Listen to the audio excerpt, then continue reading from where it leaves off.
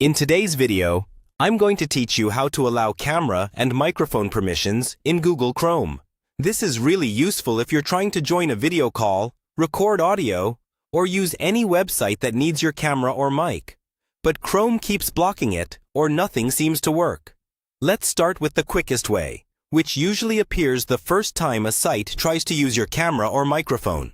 When you open a website that needs access, Chrome will usually show a small pop-up near the top of the window, right under the address bar. It will say something like, "This site wants to use your camera and microphone," with two buttons, Allow and Block. To let the site use your devices, simply click Allow. Once you do that, the site should immediately be able to access your camera and mic, and you'll usually see your video feed or hear audio right away. If you accidentally clicked Block, or you don't see that prompt anymore, you can adjust the settings manually. Look at the address bar where the website URL is.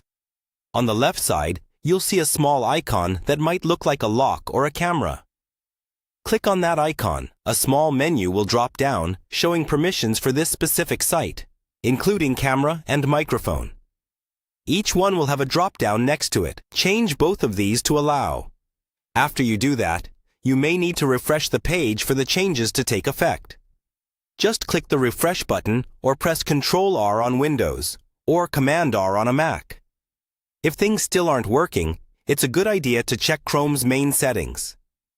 Click the three dots in the top right corner of Chrome, then choose Settings. On the left side, click on Privacy and Security, and then select Site Settings. Scroll down until you see Camera and Microphone. Open Camera first, and make sure the toggle is set to Sites can ask to use your camera. Do the same for Microphone. Make sure it says Sites can ask to use your microphone. Also check that the correct camera and mic are selected from the drop-down menus, especially if you have multiple devices connected. Once you've done all of that, go back to your website, refresh the page, and it should now be able to use your camera and microphone without any issues.